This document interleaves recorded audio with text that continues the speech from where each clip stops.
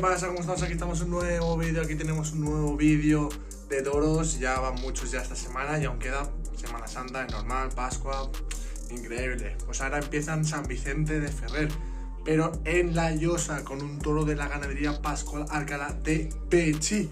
Un gran toro, según me han dicho pesa 700 y pico de kilos, una bestia, pero bueno, ahora lo veréis. Pero bueno, así que no ha estado mal. He visto mejores, he visto peores, pero bueno, no pasa nada. Así que espero que lo disfrutéis y chao.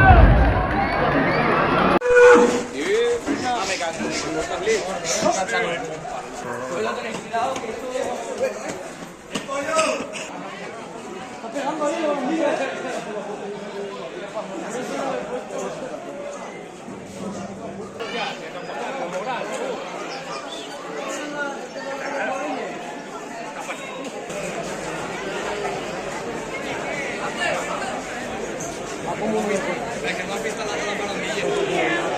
Eso que está mezcla. Está viendo la cima, todo chulo.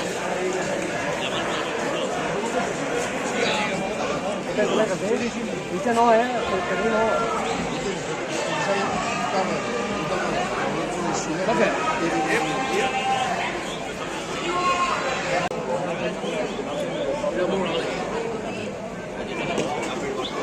¡Barrios de Morales! Ya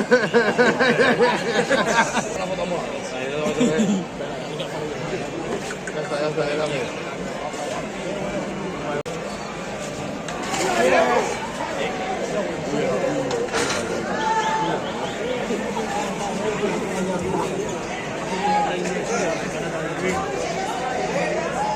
Madrid con una cuernada, como yo, estaba en Madrid, así que bueno.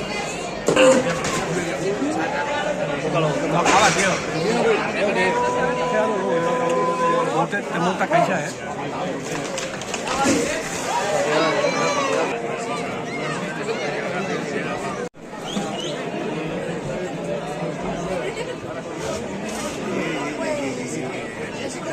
Ahora ya ha cerrado la boca,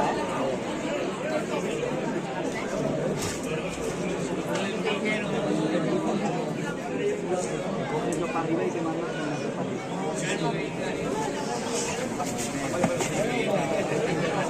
bien avisado, bien avisado al compañero.